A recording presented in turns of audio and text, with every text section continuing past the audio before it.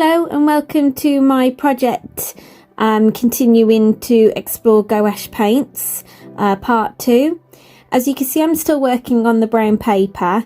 I found a piece of plastic that was yellow that I attached to the paper. I just wanted to see what effects it created, and it created a very dotty effect with the paint because of the water in the mix I created. I then also wanted to try and create some bold shapes onto the paper to see how bold the colours can become with the background being the brown paper.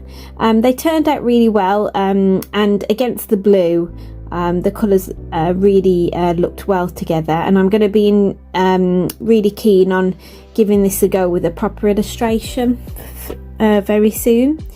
I then found a piece of vinyl from my cutting machine and wanted to try out gouache onto there.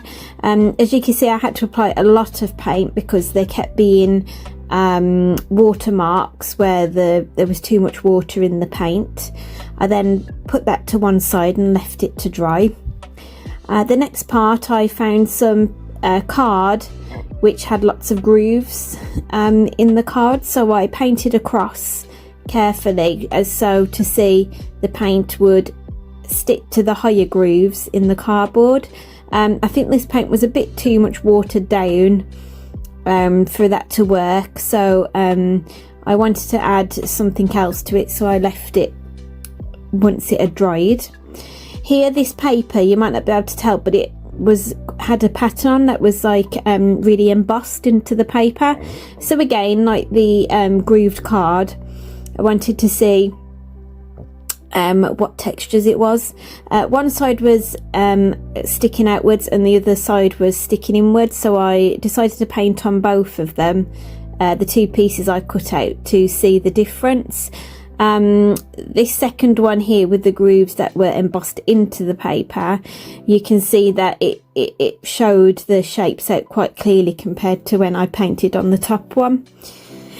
This next piece of paper, again, it reminded me of the paper from my diary. It's quite thick and it was quite very absorbent. So again, the paint had to be thick when I applied it, and it did keep sinking through. I found some more plastic.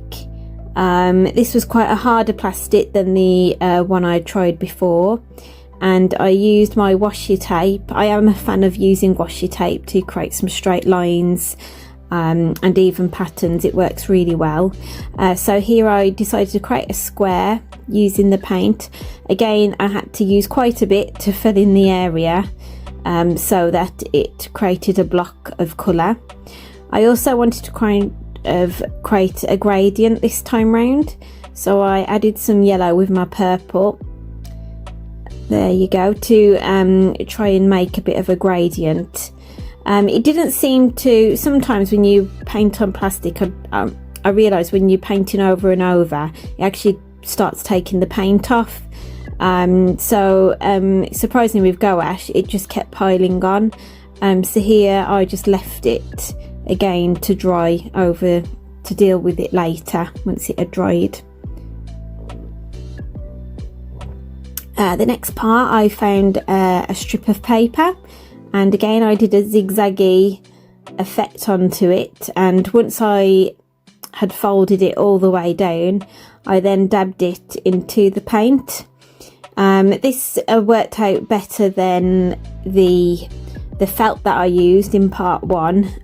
It was more visible on the actual strip of the paper, as you'll see here.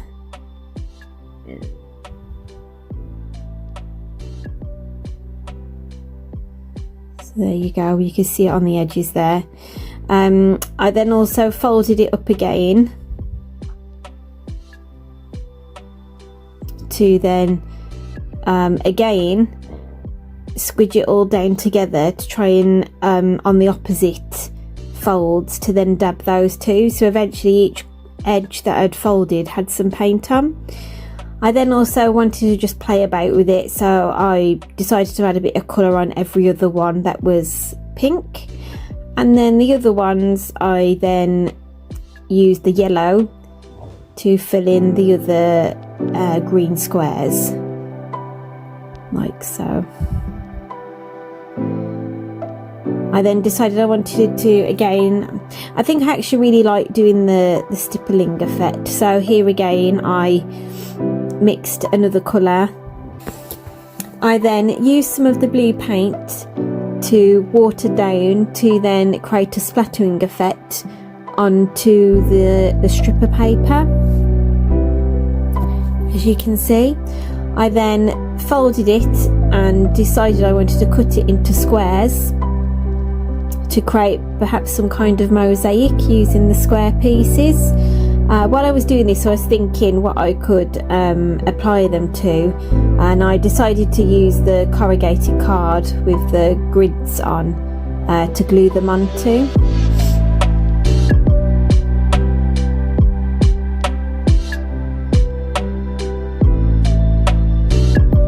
So I wasn't worried about where I was placing them. I just wanted to try and fill in the gaps on the card.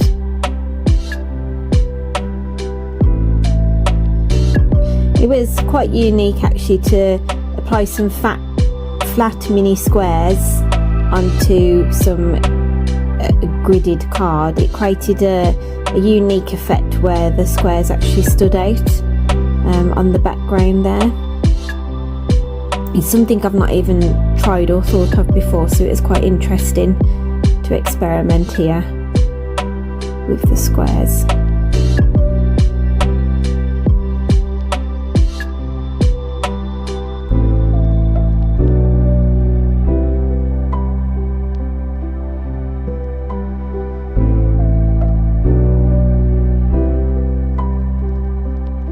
I then used the stippling brush to then again add some blotches of colour to add some finishing texture to the experiment. Here, the next part, I had some card which had a foil iridescent pattern on top of it, which reminded me of a kaleidoscope. I wanted to see how the paint would stick to this thick card. It didn't really work out too well. Again, there was too much water in the gouache paint, but it did create an interesting effect on top of the iridescent paper. I went back to this vinyl sheet and tried a few pastel pencils on top of the gouache, which actually did stand out quite well. That's another medium actually I discovered here that perhaps I could try out more when using gouache, to add texture on top of the gouache instead of perhaps using gouache itself, and just use gouache as a base paint.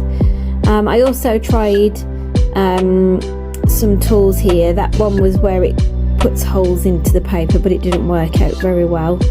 I also used the pen knife to try and scratch out an area, but it didn't seem to work well on the vinyl. In the end, I found this paper tool that I use when I'm embossing paper, and it seemed to scratch off the gouache really well,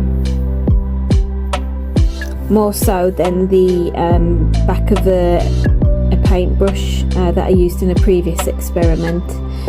This has got two different ends, so you could do two different styles. One was quite a flat head, which meant you could do like italic wording, you know, where it goes thin and thick in different areas. But it was interesting to see how it scratches through, and I liked that the iridescent shows through in the patterns as well. I wouldn't really know where to put this into my artwork, but I do like the scratching technique to reveal the colour underneath.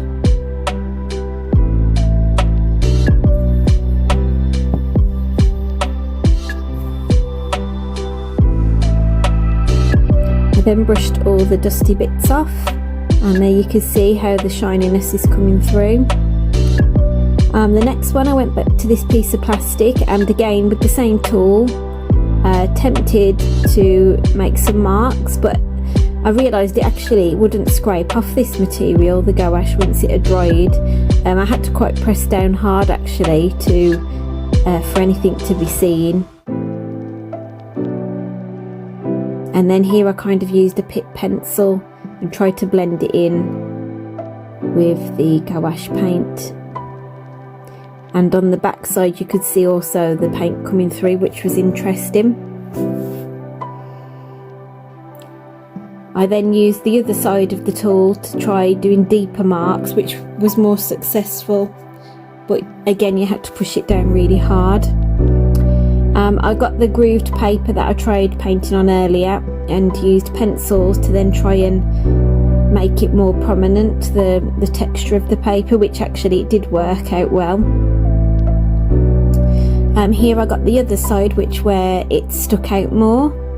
So I used a sponge to try and dab some added colours onto it. Kind of made a watery effect, to be honest, on the top of the gouache there. Again, I did it for this piece of red paint, just adding the sponge. I do enjoy using the sponge to add techniques on. Here I found another piece of origami paper, and again I did a folding technique, but this time I did it as a fan, zigzaggy, but also leaving a lip each time I folded the paper.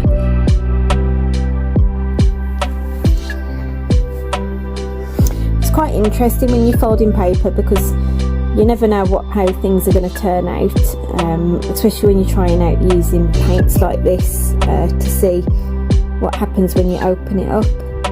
So here I got some of the yellow paint to complement the purple of the paper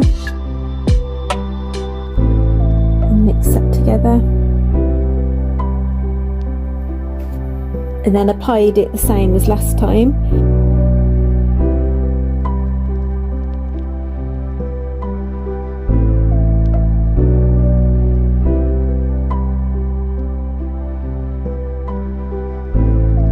And then when you opened it up, you could see there how it had painted on the parts that were visible. It'd be a great idea to create some backgrounds with that, or you know, if you're creating your own wrapping paper, it'd be an easy thing to quickly make yourself. Here I found some plastic, and with the fan brush I added some of the gouache paint on. Here I actually really loved the effect when the water was dissolving in the paint, creating a great sponge-like texture. I also used some white paint here and splattered it around, and because some of the paint was wet, just like watercolour, it kind of stretched out the white paint, and I put it to one side to dry. Here I had another piece of plastic. This was harder plastic, which I folded over. To be honest, at this point I didn't really know what I was doing, but I just wanted to try something I haven't done before, so I left it folded and decided to put splodges of the paint straight from the tubes onto the plastic. I decided I wanted to squeeze it together, and because it's visible I could see how the paint moves under the roller. So I added those paints on, but then realised it might be too harsh, so I added a bit of water to be able to help the paints mix together. I then used some washi tape to stick down all the sides. As you can see, some of the paint started, I think that was more so the water, started running out anyway, and turned it over and put some more washi paint the other side so it sealed the experiment. I then got the roller and rolled it over, and I loved the effect here at this point. I started mixing it more, and then I realised the actual part I liked was disappearing, and then paint started coming out and the colours actually all started mixing together. I should have just done it gently like I did at the start and left it at that, because I thought that was a really cool technique. Here I then opened it up and stamped it onto black paper, and you can see here the effects it did. One side was on the other side as well, so you'll see when I turn it over it was also on there. You could use that and then cut them out and have them as background pieces of paper to to then paint your illustrations on top. This was a piece of hammered paper. This paper's great when I print my prints out on it. I love the texture of it, so I wanted to just test out what the gouache paint looked like on it, and it did come out very bold, and you could still see the texture of the paper through there. Here I was trying, again, I love creating gradients, so I tried to do a pink to yellow gradient, and blended in the colours as much as possible in the middle. That's one of the trickiest parts with gouache, I find, is the blending. I need to do a lot more practicing with that part of using gouache paints. Here I got some tissue paper and put one in the water that I'd been using for the paint, and slowly unravelled it, which was quite difficult not to tear it. It did tear a little bit, but I did it as best as I could here.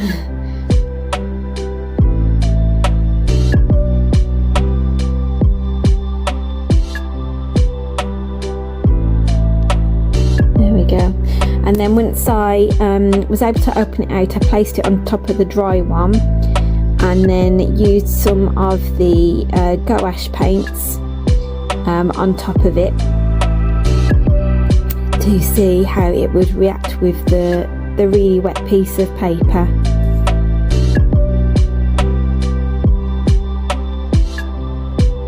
Here I then used a tool to squeeze the paint into it and squirt it out onto the tissue paper. It didn't really the gouache, sorry, didn't really expand as much as I thought it would in this area, but it did create a great splattering effect with this tool. You didn't know where it was going to fall. You have some control, but it's great when it comes out and it just goes where it wants to go. So once I did that, I then put this to one side to leave it to dry. It was very delicate, and the sheet underneath it had gone right through there, so I decided to put it back onto it, nearly messing it up by the way here, and then leaving it to dry to one side. I was hoping it would go back to its normal state. Here I got some dark blue paper. It had a sheen to it, so again I just wanted, it wasn't very shiny, but I wanted to see how it would work, the gouache paint on top. Surprisingly, this paper actually, the gouache paint actually dissolved into the paper quite a bit, so I think you'd need about 2 or 3 layers when each layer was dried to make the colour more bolder. I added a bit of pink here, just trying to thicken up the area.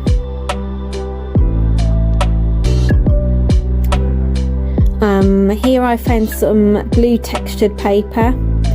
I use all different textured papers when it comes to my paper art. I find them useful for many different parts of my work, so it was great here really to test all my different types of paper I have to see what effects I could make. I actually like sometimes where the gouache paint has dried and the brush texture is quite rough. I do use that quite a lot in my textures, such if I'm painting a leaf, for example, or a bit in the background. I find that's quite, it deepens the image, adding some of the texture there in the background. For that one I just did some strips on the paper, and just to leave it to showcase the paint when it's quite a dry gouache. Here I found some embossed, really shiny dark blue paper, and it was quite interesting how it came out. It was made a cloudy effect, if that's how you would call it, but again I wouldn't know what to use that for. I just wanted to test it in case it inspired me to try it out in a different way. Here I had some more tissue paper. This time it was quite thicker tissue than the circle one that I used in previous part 1. And I used more of a bolder colour, which stuck out more. This next part, I found some printed paper that already had some leaves painted on, so I wanted to test out gouache on top of an image. You can see the images coming through the paint, but again, if you apply a few more layers, you would eventually, as you can see, not see so much of the background.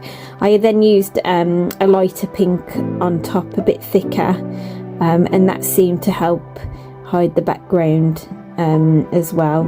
I'd find this a great effect where you can use decorative paper and add an illustration on the top, even like newspapers. I've seen somebody do that in the past where they illustrate on top of a newspaper article so the wording shows through, which is quite interesting.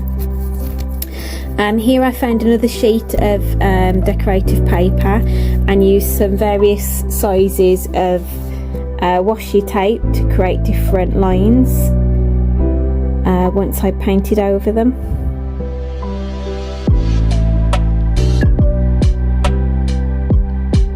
And so I then, once painted over them, I then removed some of the lines, as you'll see,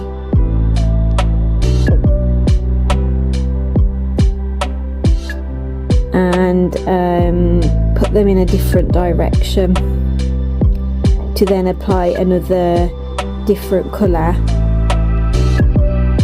to create a texture.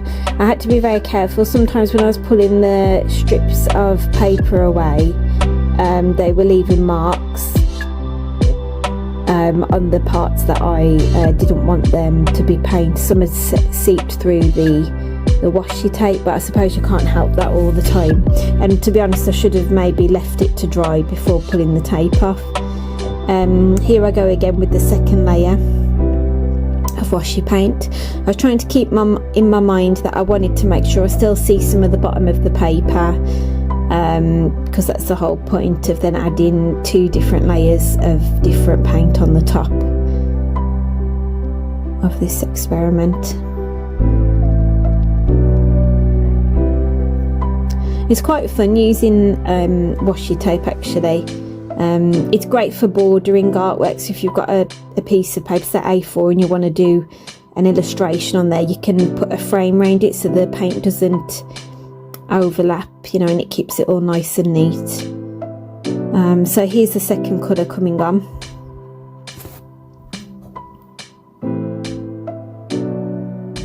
I often just mix my colours on my palette using the old colours, because I think adding a bit of each colour shows that the colours all gel together. You know, this one's still got a tint of pink in it, even though I've added quite a lot of the blue.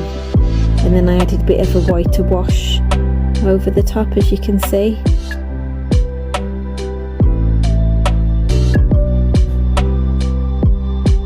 I'm just making sure it's all filled up. And then once that's finished, I then began to take the strips away again.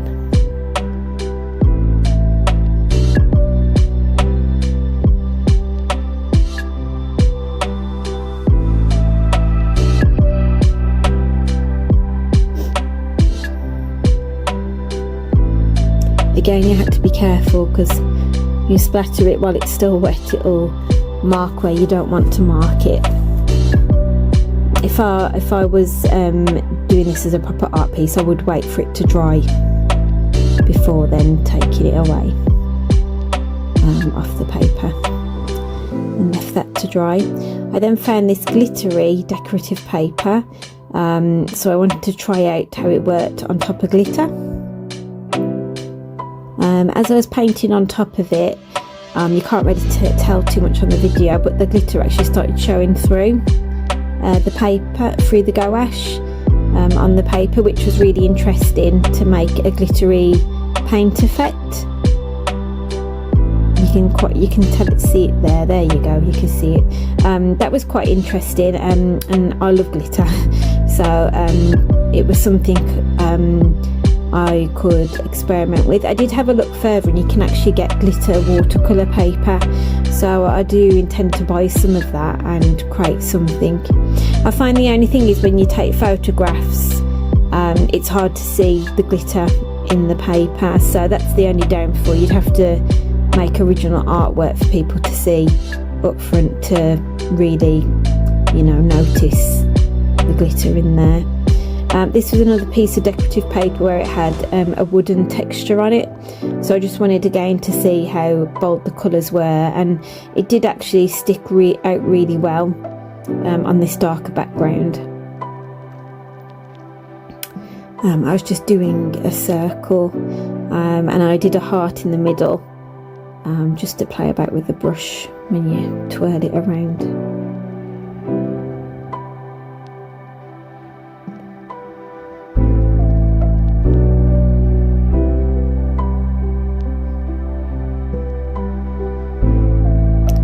Here I've had some gradient paper, and I just wanted to again test out how the gouache feels on the paper. This is quite a good interesting one where the paper is already a gradient, and because you're using bold gouache colours, they really stand out on that kind of paper. You could also, I have done it in the past, where you do a gradient with watercolour and then apply the gouache to do the illustrations on the foreground, which turned out well. This paper had foil embossed into it, so again I just wanted to see what happened when you applied the paint on the top.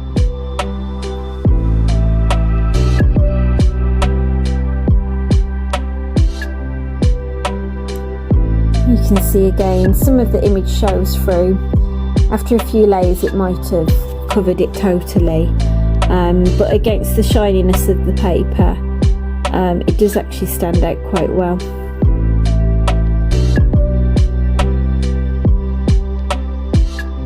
Here I was trying to mimic the gradient, the gouache paint with the background patterns, just to see how it works. I do love these colours again, the turquoise and the pink, they work really well together. But it's just the gouache paint, it just goes on the paper very smoothly. I think that's another reason why I like using it so much, and there's so many ways you can use it. I mean, just from this experiment that I've done, part 1 and part 2, I've learnt an awful lot on where I can now use it in different ways, and on different textures, what was successful and not, but I'll write about that on my blog, which I'll link below. I then got some black paper, and I wanted to demonstrate how vibrant the colours are, to show on a dark background. You could also use a midnight blue colour to do a dark, a nighttime scene perhaps. Here I just did a silhouette of a rabbit onto the black paper. This is the first layer I added, and you can see the black coming through, but if you add a few layers of a colour onto it, it gets bolder. Maybe 2 or possibly 3, depending on how vibrant you want the illustration to be.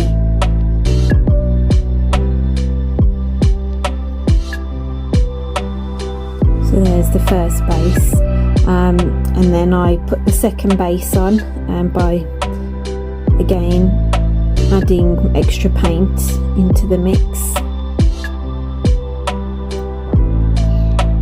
Gouache paint dries very quickly, you see, so you can add another layer on quite quickly. This was like my last part of this experiment. As you can see here, it's the second layer is quite bold, but I hope you have enjoyed watching, and I hope you found it also useful, as I have, to showcase these paints and what they can do. Thanks for watching.